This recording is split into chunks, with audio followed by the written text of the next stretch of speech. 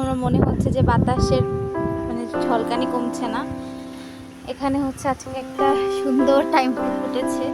এই দেখুন আমার একটা বেগুন, এটা মনে হয় ঝড়ে আই থিঙ্ক পড়ে গেছে, এমন হবে আর কি। আর এখানে বেগুন গাছটার অবস্থা দেখুন, গাছটা হলো একদম বেঁকে গেছে, এটাকে এখন সোজা করতে হবে। জানি না গাছগুলো আদতেও কতটুকু মানে ভালো থাকবে, খারাপ। এটা হচ্ছে পড়ে গেছে, গাছটা মনে হয় আর বাঁচবে না।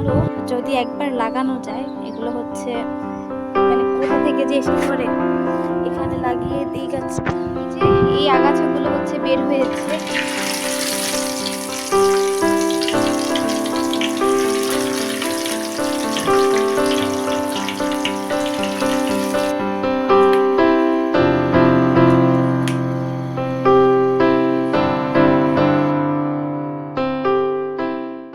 রিমালের ভয়াবহ তাণ্ডবে আমার বাগানটার অবস্থা একটু আপনাদেরকে দেখাই। এখনও মনে হচ্ছে যে বাতাসের মানে ঝলকানি কমছে না। এখানে হচ্ছে আজকে একটা সুন্দর টাইম ফুল ফুটেছে। এখানে একটা মরিচের চারা আর কি ফেলা হয়েছিল। এই দেখুন আমার একটা বেগুন, এটা মনে হয় ঝড়ে আই থিঙ্ক পড়ে গেছে, এমন হবে আর কি। যাই হোক, এখানে হচ্ছে আমার একটা সুন্দর টাইম ফুল গাছের একটা ফুল আর কি ফুটেছে। যাই হোক, সব কিছুর পরিবর্তে একটা সুন্দর ফুল দেখতে পেলাম, এতে খুশি লাগছে। আর এখানে বেগুন গাছটার অবস্থা দেখুন, গাছটা হলো একদম বেঁকে গেছে, এটাকে এখন সোজা করতে হবে। জানি না গাছগুলো আদতেও কতটুকু মানে ভালো থাকবে। এখনও হচ্ছে অনেক মানে কি বলে গরম। আর এখানে হচ্ছে করলা গাছটার অবস্থা অনেক খারাপ, এটা হচ্ছে পড়ে গেছে, গাছটা মনে হয় আর বাঁচবে না। তো এটা হচ্ছে এখন পরিষ্কার করতে হবে, দেখি কি করতে পারি। আর এই যে আমার লেবু গাছটা দেখতে পাচ্ছেন, এই গাছটা হচ্ছে একটু ঠিক করে দিতে হবে, তা না হলে মানে হয়তো বা ভেঙে যাবে, এমন একটা পরিস্থিতি লাগতেছে।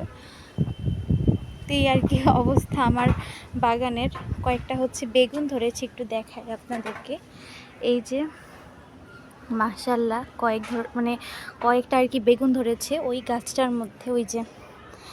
ওই গাছটার মধ্যে হচ্ছে একটা বেগুন ধরেছে, কিন্তু অনেকগুলো ফুল এসেছিল, সবগুলো ফুল পড়ে গেছে। এই গাছটার মধ্যেও এই যে এই পাশগুলোতে হচ্ছে অনেকগুলো ফুল ছিল, তারপরে এখানে হচ্ছে ফুল ছিল, এগুলো সব হচ্ছে পড়ে গেছে।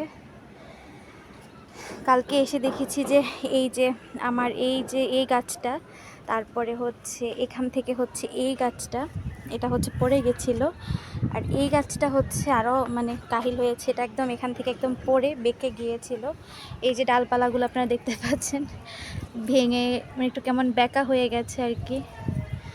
আর এখানের এই যে ডালবাহার গাছটা দেখতে পাচ্ছেন, এটা হচ্ছে মানে একদম পড়ে গেছে, একদম এখান থেকে এভাবে পড়েছে, কিন্তু তারপরেও গাছ হচ্ছে ভালো আছে, কোনো ডালপালা ভাঙেনি।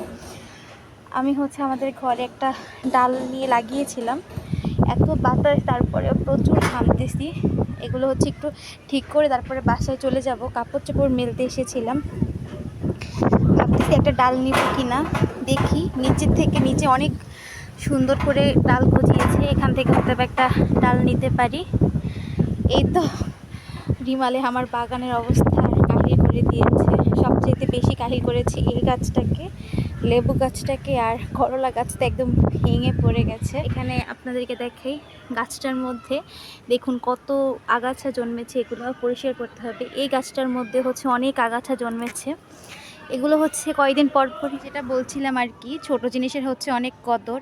যাই হোক, এখানে হচ্ছে মানে এত ঝড় হয়েছে, গাছটা কিন্তু আলহামদুলিল্লাহ মানে একদম ভালো আছে, একটু কিছু হয়নি।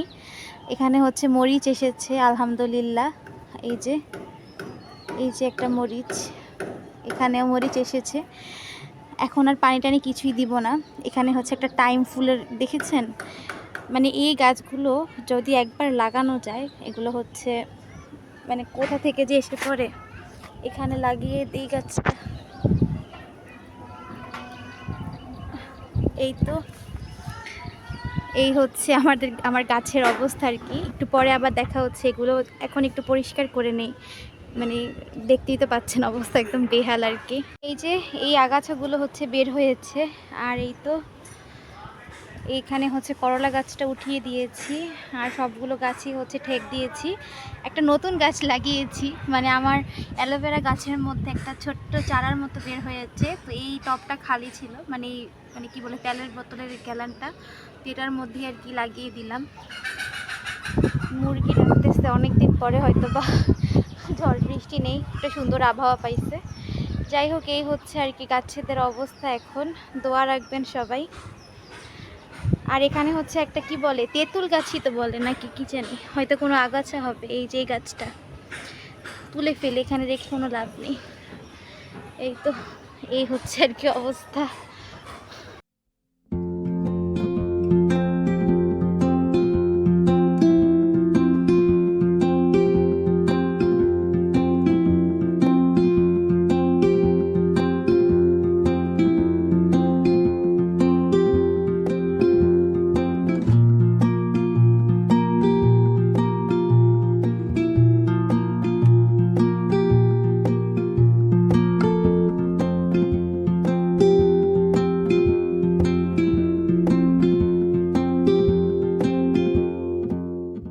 আসসালামু আলাইকুম এভরিওয়ান, ওয়েলকাম টু মোস ক্রিয়েটিভিটি। আশা করছি আপনারা সবাই খুব ভালো আছেন। আজকে আমার আরও একটি নতুন ভ্লগে আপনাদের সবাইকে জানাচ্ছি অনেক অনেক স্বাগতম। তো ভিডিওর শুরুতেই তো আপনাদের সাথে শেয়ার করলাম যে রিমালের ভয়াবহ তাণ্ডবে আমার ছাদের গাছগুলোর অবস্থা একদমই কাহিল। আর গাছপালা অনেকগুলো হচ্ছে একটু বেঁকা হয়ে গেছে, তারপরে আমার যে করলা গাছটা ওটাতে একদম ভেঙেই পড়ে গেছে। যাই হোক, গাছগুলোকে একটু ঠিকঠাক করে এখানে হচ্ছে দুপুরে রান্না করার জন্য চলে এসেছি। প্রত্যেকটা গাছের মধ্যেই ঠ্যাক দিয়েছি, আর একটু ক্লিন করার ব্যাপার স্যাপারও ছিল। তো এইগুলো আর কি শেষ করে এখানে এখন রান্না করব। আজকে হলো দুপুরের জন্য রান্না করব পাবদা মাছ ভুনা।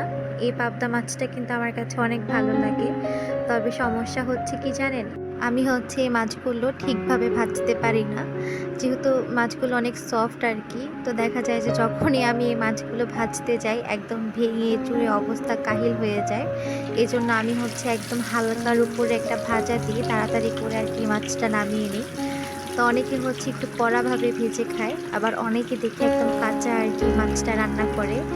তো কাঁচা মাছ আর কি আমার কাছে রান্না করলে একটু স্মেল লাগে, এজন্য হচ্ছে সচরাচর আমি কাঁচা মাছ মানে ডাইরেক্ট রান্না করি না। যদি পসিবল হয় তাহলে একটু ভেজে রান্না করার চেষ্টা করি।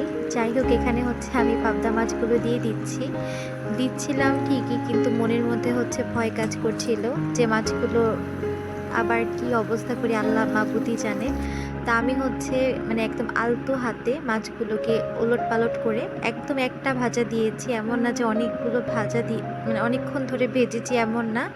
একদম হালকার উপরে একটা ভাজা দিয়ে চুলার ভলিউমটা হচ্ছে একদম হাই স্পিডে দিয়ে মাছটাকে তাড়াতাড়ি করে কোনো রকমে এপিট ওপিট করে নামিয়ে নিয়েছি। কারণ যেটা বললাম, আমার কাছে একটু মাছটা ভেজে খেলে মনে হয় যে স্মেল করে না, আর তা না হলে মনের মধ্যে একটা খুঁতবুত কাজ করে যে মাছে মনে হয় স্মেল লাগছে, এমন একটা অবস্থা। যাই হোক, মনের খুঁতবুত হচ্ছে আসল জিনিস। এটা হচ্ছে যদি কারো থাকে তাহলে হচ্ছে খাবার যতই মজাদার হোক না কেন একদমই টেস্ট লাগে না। এই মনের খুঁতবুত ভাবটা হচ্ছে আগে দূর করতে হবে, তারপরে হচ্ছে খাওয়া দাওয়ার চিন্তা। তা না হলে আমার কাছে মনে হয় যদি কারো মনের মধ্যে সন্দেহ থাকে যে মাছটা মনে হয় স্মেলফুল হবে বা এরকম কিছু, তাহলে তার কাছে এই মাছটা স্মেলফুল লাগবেই। যাই হোক, এই মাছগুলো হচ্ছে এক একজন এক একভাবে রান্না করতে পছন্দ করে। আর মাছগুলো হচ্ছে কাঁচাই আর কি কষিয়ে রান্না করা যেত, কিন্তু মানে আমি ওই যে বললাম আমার একটু খুঁতখুত লাগছিল।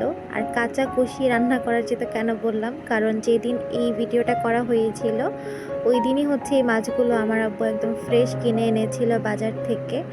তো সেই জন্য আর কি বলছিলাম যে কাঁচা রান্না করলেও খুব একটা সমস্যা হতো না, কিন্তু আমার মনের মধ্যে তো মানে একটু খুঁতখুত কাজ করছিল, যেটা বললাম আপনাদেরকে। যাই হোক, আর কথা না বাড়াই, এখন হচ্ছে মূল রেসিপিটা একটু আপনাদের সাথে শেয়ার করি।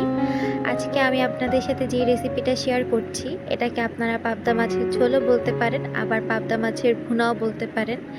কারণ ঠিক সেম ওয়েতে যেভাবে হচ্ছে আমি রান্না করছি, ঠিক সেম ওয়েতে আপনি রান্না করে এটাকে যদি ঝোলটা শুকিয়ে ফেলেন, তাহলে এটা হচ্ছে পাবদা মাছের ভুনা হয়ে যাবে। আর একটু যদি ঝোল ঝোল রেখে খেতে চান, তাহলে পাবদা মাছের ঝোল হবে আর কি। আর আজকে হচ্ছে আমি পাবদা মাছটা একটু ঝোল ঝোল করে আর কি ভুনা করব, তাই আমি হচ্ছে পাবদা মাছের ঝোল রান্না করছি বলতে পারেন। তো একদম অল্প উপকরণে আপনার বাসাতে যদি পেঁয়াজ, কাঁচামরিচ, হলুদ, লবণ অ্যাভেলেবেল থাকে, তাহলে খুব সহজেই এই রেসিপিটা আপনারা করে ফেলতে পারবেন। একটু ধৈর্য সহকারে আর কি রান্নাটা রান্না করতে হবে। যেমন পেঁয়াজটা একটু ব্রাউন করতে হবে একদম ডিম ডিম আঁচে, এতে করে আপনার মাছের যে মানে ভুনাটার যে কালারটা ওইটা অনেক সুন্দর আসবে, আর খেতেও কিন্তু অনেক ভালো লাগবে। যখন হচ্ছে পেঁয়াজটা একটু ব্রাউন হয়ে আসবে, তখন এর ভিতরে স্বাদ অনুযায়ী লবণ আর কি বলে এটাকে হলুদ দিয়ে দিবেন। আমি হচ্ছে হলুদ দিতে ভুলে গেছি, পরে হচ্ছে যখন ঝোল দিচ্ছিলাম তখন আর কি হলুদটা দিয়ে নিয়েছি। তো এতে করে কোনো সমস্যা হবে না, কারণ নর্মালি আমরা হচ্ছে পানি দিয়েও কিন্তু হলুদটা অ্যাড করতে পারি। হলুদটা হচ্ছে একদমই কালারের মানে কালারটার জন্য আর কি মূলত দেওয়া হয়। আর এই তো এখন হচ্ছে কাঁচামরিচ ভেঙে দিয়ে দিচ্ছি। আমি হচ্ছে প্রায়ই আর কি কাঁচামরিচ কাটতে ভুলে যাই, তখন হচ্ছে এভাবে উপর থেকে একটু ভেঙে দিয়ে দিই আর কি। যাই হোক, এই ছিল আমার আজকের একদম সিম্পল ওয়েতে পাবদা মাছের রেসিপি। হয়তো অনেকেই এই রেসিপিটা করতে পারেন। আমি হচ্ছে আমার আঙ্গিকে যেভাবে আর কি আমি বানাই, ঠিক সেভাবেই আপনাদের সাথে শেয়ার করলাম। এই তো ঝোলটা শুকিয়ে আসা পর্যন্ত অপেক্ষা করব। আর পাশের চুলায় এখানে হচ্ছে ডাল ভুনা করছি। আজকে আমাদের দুপুরের খাবারের আয়োজনে ছিল ডাল ভুনা আর হচ্ছে পাবদা মাছের ঝোল। এই তো সিম্পল খাওয়া দাওয়ার সাথেই আজকে দুপুরটা শেষ হলো আমাদের। আরও একটা মেনু কিন্তু ছিল, সেটা হচ্ছে কাঁঠালের নিরামিষ। আমাদের উপর তালায় হচ্ছে আমার বড় মামি থাকে, উনি হচ্ছে রান্না করেছিল কাঁঠালের নিরামিষ, তো আমাদের জন্য পাঠিয়েছিল। এই তো আজকের ভিডিওটা আর বড় করছি না, আপনাদের কাছ থেকে এখানেই বিদায় নিয়ে নিচ্ছি। আশা করছি পুরো ভিডিওটা ভালো লেগেছে। যদি পুরো ভিডিওটা ভালো লেগে থাকে, ভিডিওতে একটি লাইক আর কমেন্ট করবেন। নতুন কোনো বন্ধু যদি আমার চ্যানেলটি ভিজিট করে থাকেন, চাইলে চ্যানেলটি সাবস্ক্রাইব করে পাশে থেকে যেতে পারেন। সবাই ভালো থাকবেন, সুস্থ থাকবেন। দেখা হচ্ছে নতুন কোনো ভিডিওতে। সবাইকে আজকের জন্য আল্লাহ হাফিজ।